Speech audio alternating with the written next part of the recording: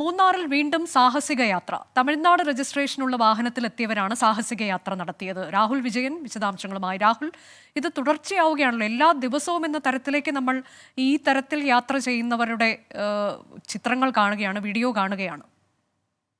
അനുജ, ആവർത്തിച്ച നടപടിയെടുത്തിട്ടും യാതൊരു പ്രയോജനവും ഉണ്ടാകുന്നില്ല എന്നുള്ളതാണ് ഏറ്റവും പ്രധാനപ്പെട്ട കാര്യം. കൂടുതലും തമിഴ്നാട്, കേരളത്തിന് പുറത്തു നിന്നുള്ള വിനോദസഞ്ചാരികളാണ് മൂന്നാറിലെത്തുമ്പോൾ ഇത്തരത്തിൽ അപകടകരമായ രീതിയിൽ കാറിന്റെ ഡോറിൽ കയറിയിരുന്ന് മറ്റും യാത്ര ചെയ്യുന്നത്.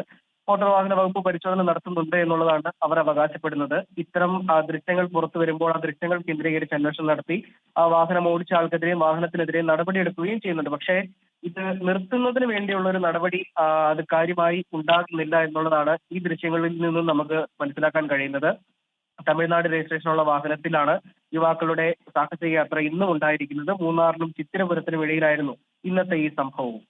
അനുജ, അതാണ്, മൂന്നാറിനും ചിത്തിരപുരത്തിനും ഇടയിൽ ഇന്നിപ്പോൾ യുവാക്കൾ തമിഴ്നാട് രജിസ്ട്രേഷനുള്ള വാഹനത്തിൽ വന്ന് കാണിക്കുന്നതാണ്. സാഹസിക യാത്ര നടത്തുന്നു. ഇത് തുടർച്ചയായി വരുന്നു എന്നുള്ളതാണ്. നിയമലംഘനം തുടർക്കഥയാകുന്നു, നടപടി ഉണ്ടാകുന്നുണ്ട്. പക്ഷേ അതൊന്നും ഗൗനിക്കാതെയുള്ള യാത്ര എല്ലാ ദിവസവും നമ്മൾ ഇതിന്റെ വീഡിയോ നൽകേണ്ടി വരുന്നു എന്നുള്ളതാണ് നമ്മളുടെയൊക്കെ ദുരവസ്ഥ. ലോകത്തെവിടെയായാലും ഏത് സമയത്തും 24 വാർത്തകളും ഓഗ്മെന്റഡ് റിയാലിറ്റി പാക്കേജുകളും എക്സ്പ്ലെയിനറുകളും വിശദമായി കാണാൻ ഞങ്ങളുടെ യൂട്യൂബ് ചാനൽ നിങ്ങൾക്ക് സബ്സ്ക്രൈബ് ചെയ്യാം.